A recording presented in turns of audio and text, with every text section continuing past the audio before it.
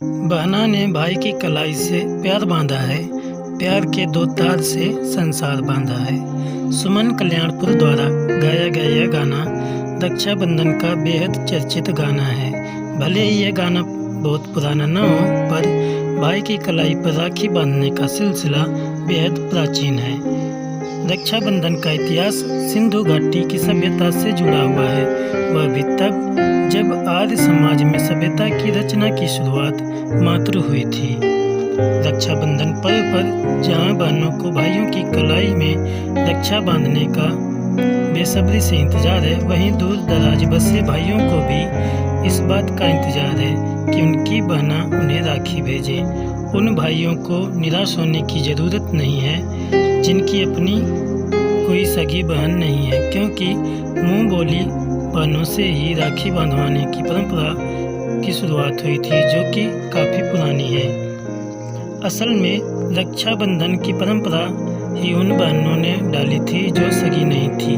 भले ही उन बहनों ने अपने संरक्षण के लिए ही इस पर्व की शुरुआत क्यों न की हो, लेकिन उसी बदौलत आज भी इस त्योहार की मान्यता बरकरार है। इतिहास के पन्नों को देखें तो इस त्योहार की शुरुआत की उत्पत्ति लगभग 6000 वर्ष पहले बताई गई है। इसके कई साक्ष्य भी इतिहास के पन्नों में दर्ज हैं।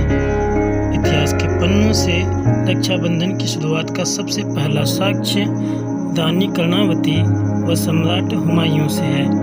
कर्णावती युग में राजपूत व मुस्लिमों के बीच संघर्ष चल रहा था। रानी कर्णावती चित्तौड़ के राजा की विधवा थीं। उस दौरान गुजरात के सुल्तान बहादुर शाह से अपनी और अपनी प्रजा की सुरक्षा का कोई रास्ता न निकलता देख रानी ने हुमायूं को राखी भेजी थी।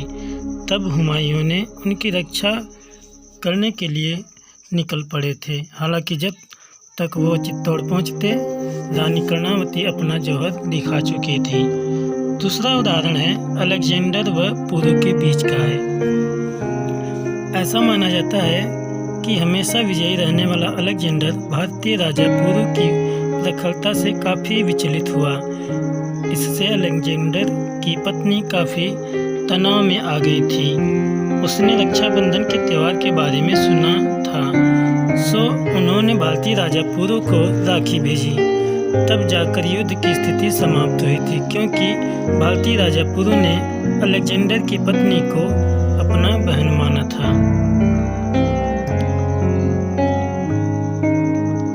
इतिहास का एक अन्य उदाहरण कृष्ण व द्रौपदी को भी माना जाता है।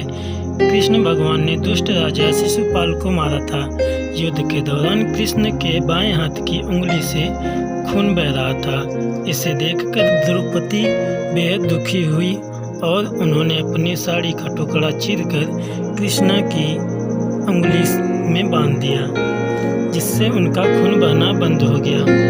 तभी से कृष्ण ने द्रौपदी को अपनी बहन स्वीकार कर लिया था।